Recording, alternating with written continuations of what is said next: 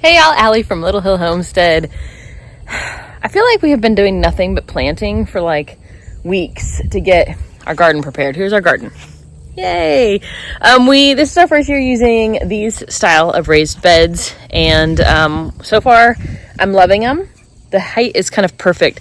Shawn built me, you can kind of see it underneath, he built me this bench. Oh, I hate trying to point to stuff right here. And it's the perfect height that if I sit next to my garden beds, I can pick and weed and stuff really easily. But I got some raspberries. We get blackberries that grow naturally here behind our fence line, but they don't taste good. They don't have a flavor. They're just full of seeds. Well, we have a nursery local to us called Isons, Isons. And I picked up some raspberries, Encore raspberries, from them a couple weeks ago and kind of thought, oh, I can figure out where to put these. Well, I'm running out of space. So this is our greenhouse from the backside. Let me put these raspberries down.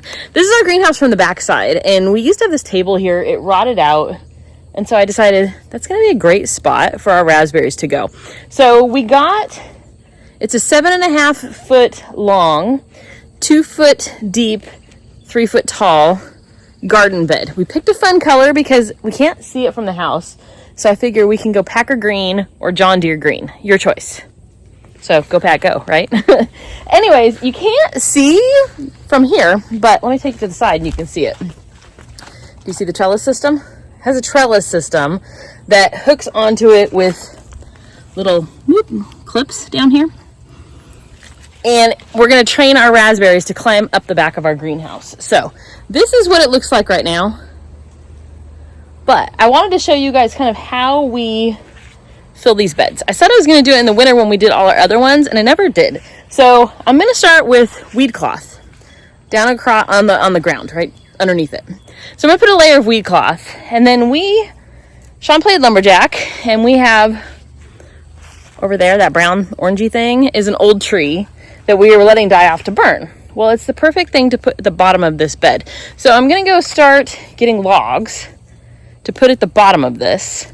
And then what you do is you just fill it with any kind of like yard scraps, basically old leaves, pine needles, anything that you can do to get your height as high up as you want it so that you can put your garden soil on top of that.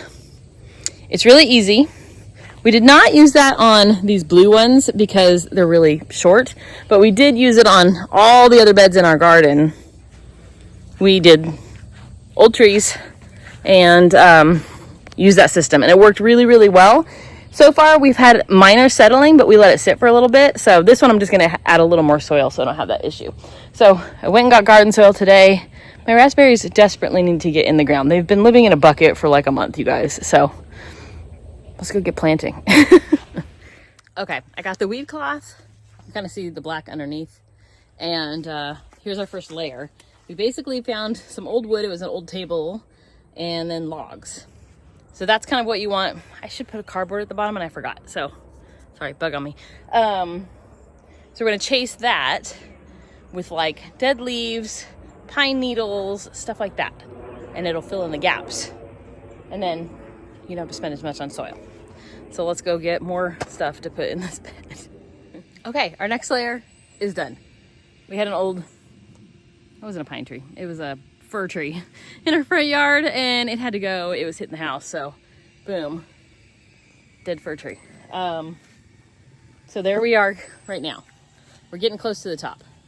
Now I need to find something like leaves, pine needles, something that will fill in the gaps. Unfortunately, when I did our other beds, it was fall, so it was easy because I just mulched in a bunch of leaves with our mower and threw them in there. Well, it's spring, so I don't want to put grass in there because I don't want it to grow up through there and put grass seed into here because I hate weeding. So I'm going to go dig around and see what I can find. The other option you have is if you just have like a pile of dirt and you want to throw some dirt in there that isn't a good soil, you could do that too. So let's go digging for the next layer. Well, I found a good use for our Christmas tree from last year. This is our Christmas tree. He's now bald. Anyways, those branches are a whole lot smaller and finer than the branches on the big pine tree I was cutting up. So I went ahead and filled it the rest of the way with our Christmas tree. I love to reuse things. It's so much fun. Anyways, with that, I'm gonna put some water on it, and then I'm gonna stomp on it with some boots on my feet. And then I'm gonna get some garden soil in here. So let's get to stomping. Hey, turn on some good music and stomp. Let's go. Okay, it's the next day, you guys. We ended up getting a thunderstorm last night. It is April and we're getting summer thunderstorms. Not really sure what that's about, but you know, we live in a place where we get all the seasons in one day, sometimes twice.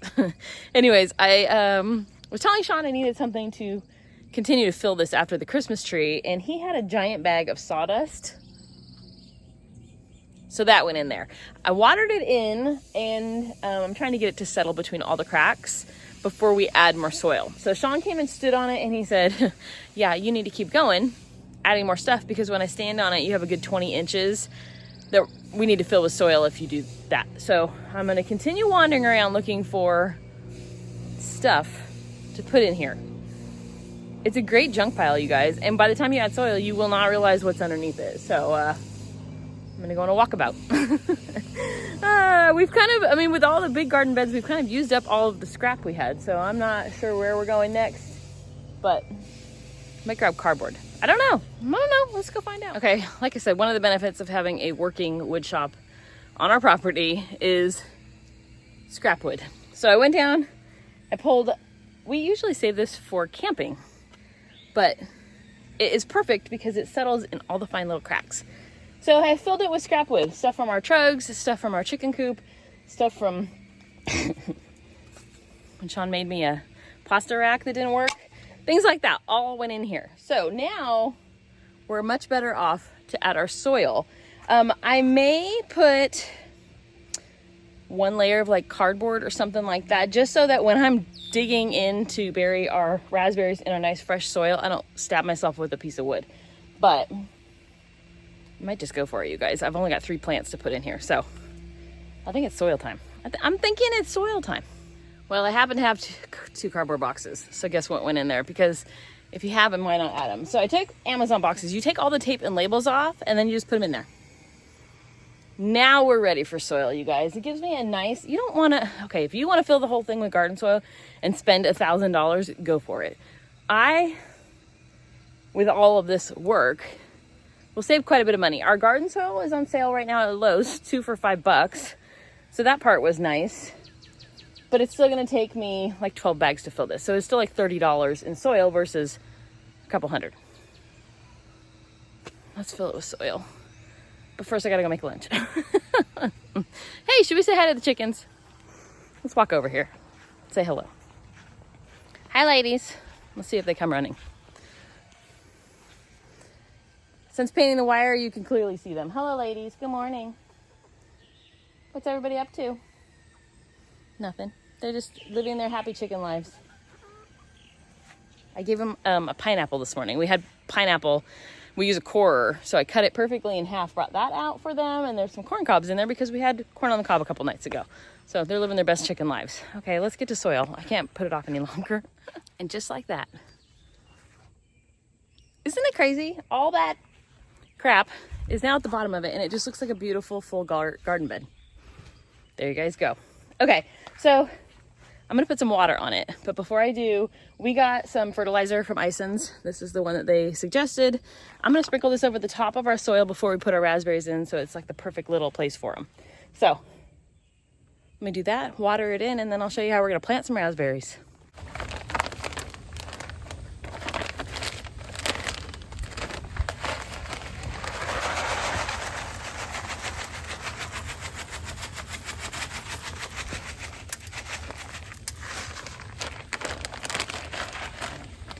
All right, I'm just sprinkling that right just on top of our soil so that it'll get mixed in and be perfectly delicious for our plants. So Ison's sends their raspberries kind of like bare root. These are 2 years old already. They ship them with gel, like a gel, not a gel, it is a gel. They ship them with a gel on them, and it keeps the roots really, really nice and moist.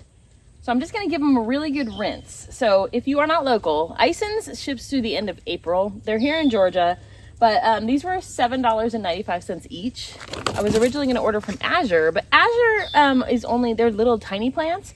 These are substantially larger for not much more. So that's why I went with them. Of course, there's a squirrel. So I'm going to rinse this off real quick. I have a hose right under my legs. So I will tell you, we bought these raspberries 3 or 4 weeks ago, and they've lived in this gel that whole time and been totally fine. So if you're shipping cross country, it'll work for you. If you're in Georgia, you can pick up from them directly. I'm gonna leave the tag on so I remember what kind we got, but I did give these just a really good rinse. So I'm just splitting up my roots. So raspberries need to be planted far enough apart because they're pretty invasive, which is why we're putting them in a raised bed. They want to take over the world. They will sprout and spread, and so this kind of contains them. So I'm gonna put one directly in the middle and one on each end of our bed. And really, because of this being nice and loose soil and how much work we've done, it's very, very easy. I'm gonna put them towards the back of my bed because of the trellis system that we have installed on this bed so that they can slowly climb up this trellis. I am gonna come out here and continue to train them so that they go up the trellis and it becomes kind of a raspberry wall.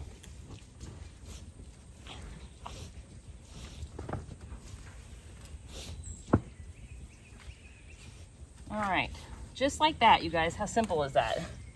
So as these start to continue to grow, I will slowly train it to go up.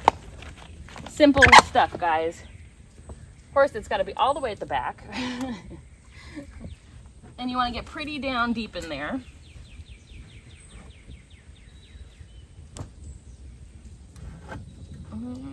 Okay. I like to make the soil look back pretty again now that I've got it planted. And then my last one, and the one with the tag, is gonna go behind our door over here. All right, you guys. That was pretty simple, right? It only took me 3 days to plant them. I'm gonna give them a good soak and get them thoroughly watered in, and then that is it for raspberries.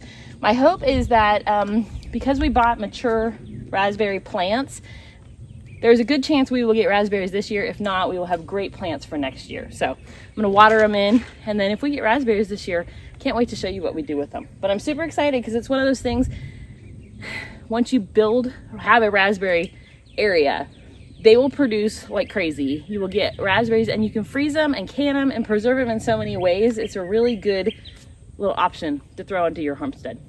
Anyways, thanks for coming along and seeing how we used our little land guard bed, and I can't wait to show you what it looks like in a few months.